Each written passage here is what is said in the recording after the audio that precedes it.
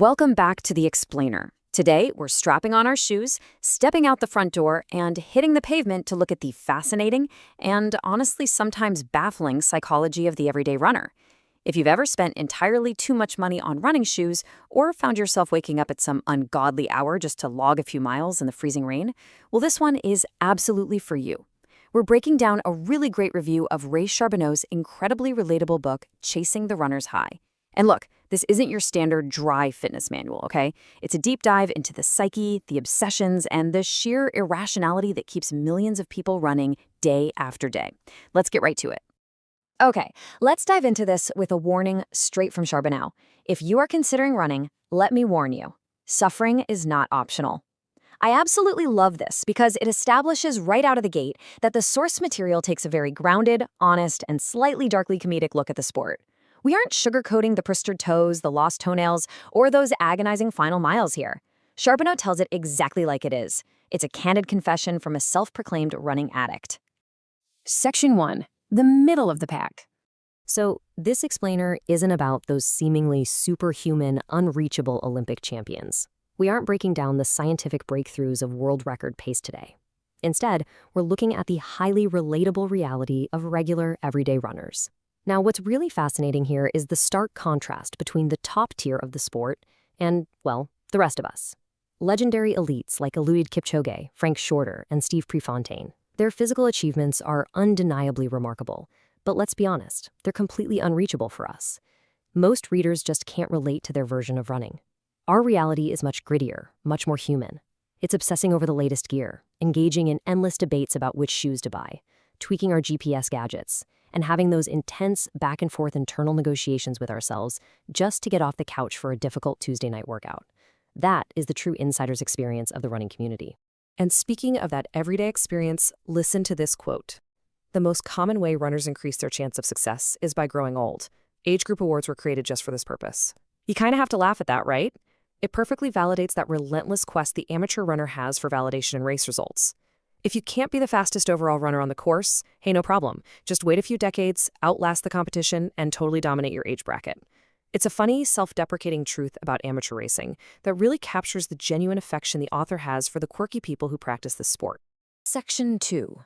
The runner's evolution. So, how do we get so deeply invested in this culture in the first place? Let's see how this builds. Charbonneau outlines a very specific psychological progression, a descent or an ascent, depending entirely on how you look at it. It almost always starts with step 1, simple curiosity. You just want to see if you can run around the walk. But then step 2 hits, racing. You sign up for a local 5K, you cross that finish line, and boom, you catch the bug. Then comes step 3, marathoning. You want to push that distance to the legendary 26.2 miles. And finally, for a certain subset of runners, we hit step 4, ultras. It's a fascinating snowball effect that slowly, or actually scratch that, sometimes incredibly fast, takes over your weekends, your social life, and your entire mindset. As the distances get longer and longer, you'll see a profound mental shift taking place. The internal focus completely shifts away from pure speed. You aren't really trying to sprint anymore. The physical mechanics literally change. Instead, the goal transforms into mastering endurance, cultivating this intense mental resilience, and ultimately engaging in deep self-discovery. It becomes a journey inward, just as much as it is a physical journey forward.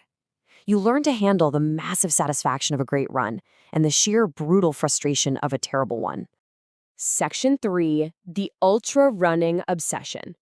That inward journey officially leaves the well-lit, nicely paved 5K routes behind, bringing us into the literal and metaphorical dark forest of extreme distance running. Now, I know exactly what many of you are thinking right now. Why on earth would anyone run 50 or 100 miles? It sounds absolutely irrational, right? It's entirely natural to question the sanity of tackling such massive distances voluntarily. Why subject yourself to hours, sometimes days, of continuous motion? What could possibly be the draw of running 100 miles through the woods? So the crucial point is that ultrarunning is largely not about competition.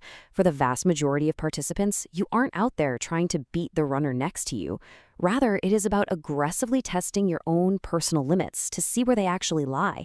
It's about simplifying your life for a few hours, reducing all the complex anxieties of modern life down to a single, solitary task, moving forward.